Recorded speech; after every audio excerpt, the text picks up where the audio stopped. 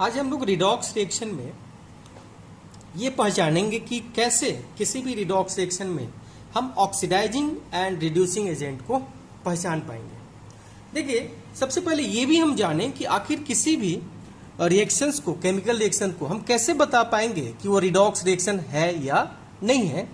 और साथ ही साथ जब आप रिडॉक्स रिएक्शन बता पाइएगा तो फिर आप ये भी बता पाइएगा कि उसमें ऑक्सीडाइजिंग एजेंट और रिड्यूसिंग एजेंट कौन है।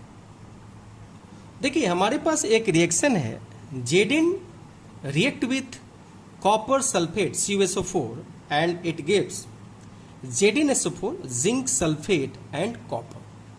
अब आपको ये बताना है कि क्या ये रिडॉक्स रिएक्शन है क्या। तो देखिए, रिडॉक्स रिएक्शन जानने के लिए आपको क्या करना पड़ेगा, इनमें जितने भी आप देख पा रहे हैं एटम, सभी के ऊपर इनके ऑक्सीडेशन नंबर को असाइन करना पड़ेगा। तो यहाँ देखिए, यहाँ पे जो जेडिन है ये फ्री स्टेट में है, किसी के साथ कंबाइंड नहीं है। और रूल में हमने जाना है कि कोई भी अगर एलिमेंट के एटम फ्री स्टेट में हैं तो उनका ऑक्सीडेशन नंबर या ऑक्सीडेशन स्टेट हम लोग क्या लिखते हैं, 0 लिखते हैं। अब देखिए, अब यहाँ पे आपको क्या करना है, यहाँ पे आपको इसको थोड़ा ब्रेक करने आना चाहिए। अगर आप देखिएगा तो ये टूट के देगा Cu+2 और ये देगा SO4-2। अब देखिए, हमने आयंस के बारे में पढ़ा है कि आयंस के ऊपर जो भी चार्ज होता है वही उसका ऑक्सीडेशन स्टेट होता है। तो देखिए, कॉपर का ऑक्सीडेशन स्टेट यहाँ पे कितना होगा, +2 होगा। और पूरा सल्फेट आयन का जो ऑक्सीडेशन स्टेट है वो कितना होगा, -2 होगा।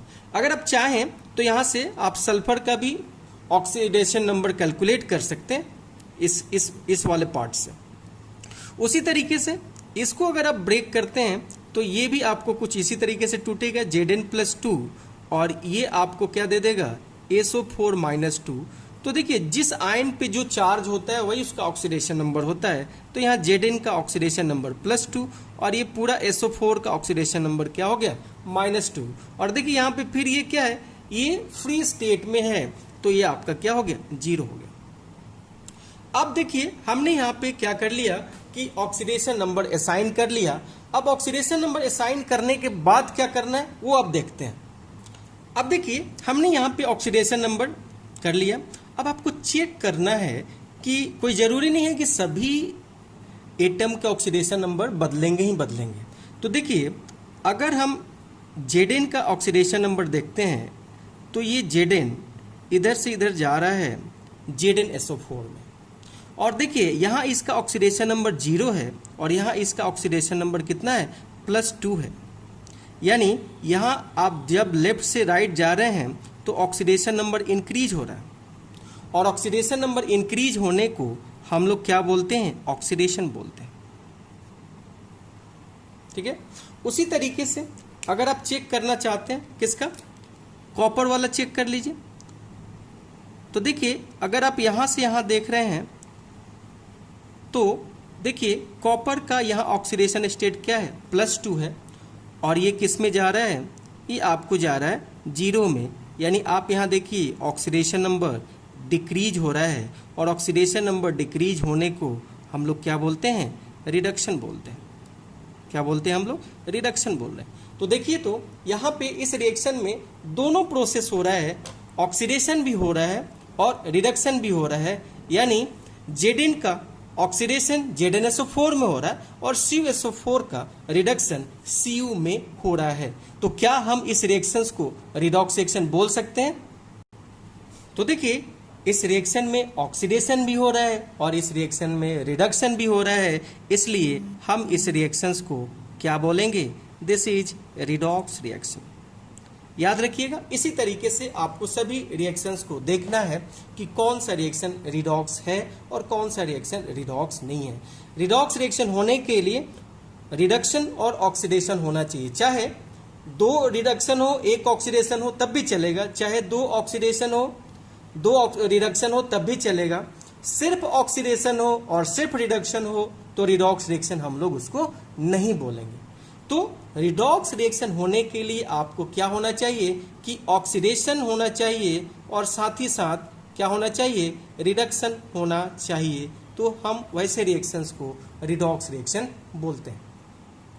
तो चलिए, अब रिडॉक्स रिएक्शन अगर आपको पहचानने में आ गया तो चलिए एक क्वेश्चन फिर हम करते हैं और देखते हैं कि क्या हम रिडॉक्स रिएक्शन पहचान पा रहे हैं। तो देखिए, हमने यहाँ पे एक डिकम्पोजिशन रिएक्शन लिया। हमने क्या किया, कैल्शियम कार्बोनेट को हीट किया तो कैल्शियम ऑक्साइड और CO2 में टूट गया। अब आपसे पूछा जाएगा कि क्या ये एक रिडॉक्स रिएक्शन है क्या, तो हम चेक कर लेते हैं कि ये रिडॉक्स रिएक्शन है क्या। सबसे पहले हमें इनमें कैल्शियम का और इनका कार्बोनेट का ऑक्सीडेशन नंबर निकालना होगा। देखिए, आयनिक कंपाउंड है तो एक को ब्रेक कर लीजिए, अगर दिक्कत होगा तो फिर हम लोग इसको सीख लेंगे। देखिए, अब देखिए यहाँ पे कैल्शियम का ऑक्सीडेशन स्टेट +2 होगा, जबकि कार्बोनेट आयन का ऑक्सीडेशन नंबर जो होगा -2 होगा। अब देखिए, कैल्शियम ऑक्साइड में ऑक्सीजन का -2 होगा तो इसका आप निकाल सकते हैं +2 होगा, और यहाँ पे कार्बन डाइऑक्साइड में ऑक्सीजन का -2 होगा तो इसका कितना होगा, +4 होगा। अब देखिए, यहाँ पे कार्बन का ऑक्सीडेशन नंबर आपको जानना पड़ेगा, तो कार्बन का ऑक्सीडेशन नंबर हम यहाँ से निकाल सकते हैं। अगर कार्बन का ऑक्सीडेशन नंबर X मान ले तो हम लिख सकते हैं X माइनस, और ऑक्सीजन का, एक ऑक्सीजन का -2 होता है तो 3 का कितना हो जाएगा, -6 इक्वल्स टू, ये हो जाएगा -2 क्योंकि चार्ज है इसके ऊपर, तो X इक्वल्स टू आप लिख सकते हैं 6 - 2 इक्वल्स टू 4।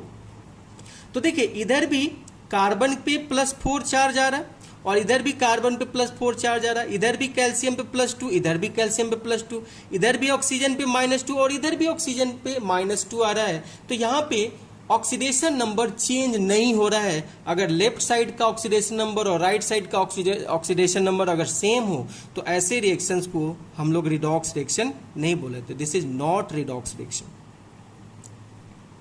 याद रखेंगे हम लोग। तो रिडॉक्स रिएक्शन आपको पहचान में आता है या नहीं आता, इसको कैसे करेंगे, तो उसको इस मेथड से करेंगे। तो कोई जरूरी नहीं है कि सभी केमिकल रिएक्शंस रिडॉक्स रिएक्शन हो। तो इस तरीके से हम लोग रिडॉक्स रिएक्शन पहचानते हैं। अब आइए हम लोग सीखते हैं कि ऑक्सीडाइजिंग एजेंट और रिड्यूसिंग एजेंट कैसे पहचानेंगे।